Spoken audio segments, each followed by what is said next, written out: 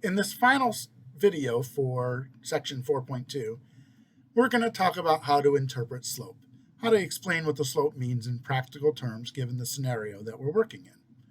The key idea is slope is a rate of change. The whole meaning of linearity is that this rate of change is constant, and we want to keep that in mind when we talk about the slope. So if you think about the slope as rise over run, let's think in terms of what the rise and the run really are. The rise is whatever your y values are, right? Those are up and down vertical coordinates on a graph. So the rise is just the change in those vertical coordinates. For lack of a better variable, change in y. The run is your horizontal change, right? So that's your change in x. And so rise over run is basically a ratio comparing the change in y to the change in x, and we usually reduce it to a unit rate. I want to say one other thing about notation. You may see in some other classes this delta notation. So you see in the slide here, delta y over delta x. It's just another way of symbolically saying the change in y over the change in x. Delta y is the change in y, delta x is the change in x. That's all that means. So one of the keys to understanding how to interpret the slope comes from the units of your variables.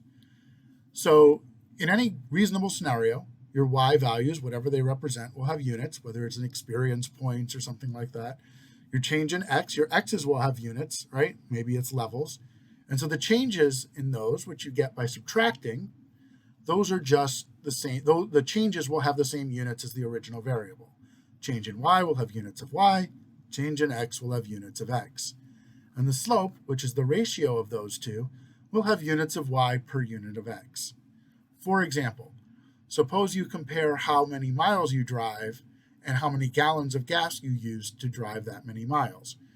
So your y value will be your miles. So you'll start with the mileage at the beginning, right after a fill-up, end with the mileage right before your next fill-up, and the change in y is how many miles you've used, the difference between those two. And that's in miles.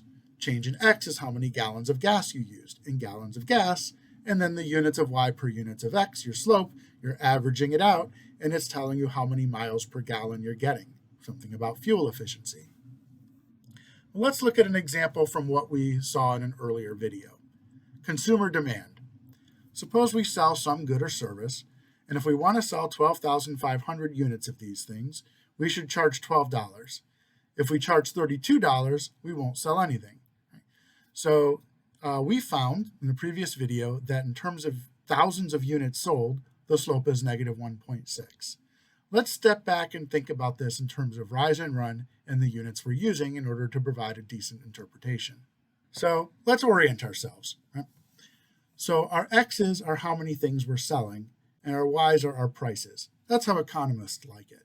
And they'll usually use, instead of x, they'll use Q for quantity sold and P for price. We'll stick to x's and y's for now and let you use appropriate variables in your economics class. So if our x's are in terms of, our x's are what we've sold, the way I've set this up, we're actually measuring x in thousands of units sold. So x is 12.5 in that first sentence, for example.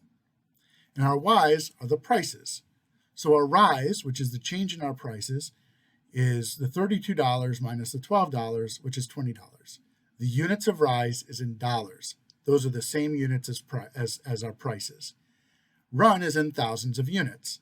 Our run is the change in how many units we produce if we reduce the price from 32 to 12. Well, the change in what we sell is 0, which is what we sell at 32, minus 12.5, which is what we sell if we charge $12, and therefore the run is negative 12.5 thousand units. It's got the same units as our x's, right? And so there's our rise, there's our run. So we divide, and we've got dollars per thousand units. So using that, we can interpret this. The price needs to drop $1.60 for every additional 1,000 units we want to sell. Taking advantage of how we're measuring our variables helps us to make sense of the meaning of the slope.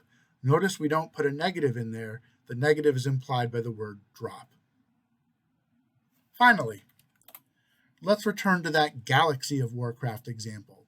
That was the one we saw 2 videos ago, which we introduced this section with, and we got a slope of 12 experience points. We had partial data, we did a rise over run, and we got 12 experience points.